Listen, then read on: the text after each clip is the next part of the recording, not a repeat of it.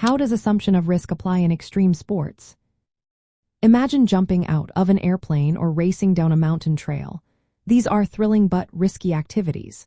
When someone takes part in these high-adventure sports, they are often faced with a question about legal responsibility if they get hurt. That's where assumption of risk comes into play.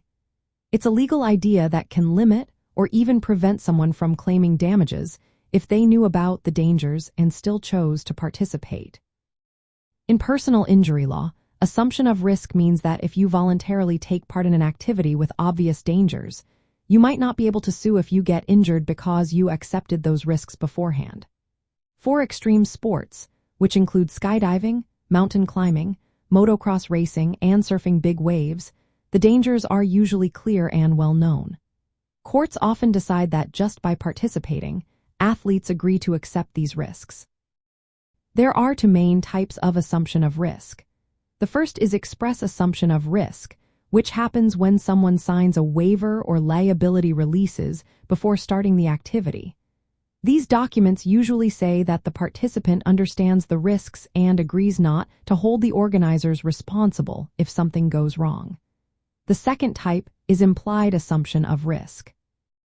This occurs when the risks are obvious from the activity itself, and the person chooses to proceed without signing anything. For example, if you're mountain climbing and fall because of a loose rock, the court might say you assumed that risk just by climbing. In extreme sports, most participants sign waivers that clearly state the risks involved. This is common practice, especially at organized events or adventure parks. But even if no formal waiver is signed, courts can find that implied assumption of risk applies if the dangers are typical of the sport. For instance, falling during a skateboarding trick or crashing during a motocross race are risks that most participants understand and accept.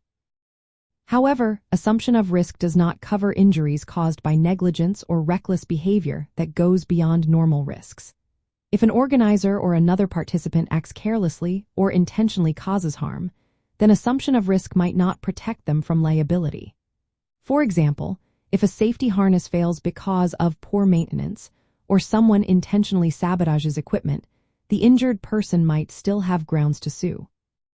In summary, assumption of risk in extreme sports recognizes that athletes knowingly accept the usual dangers of their activities.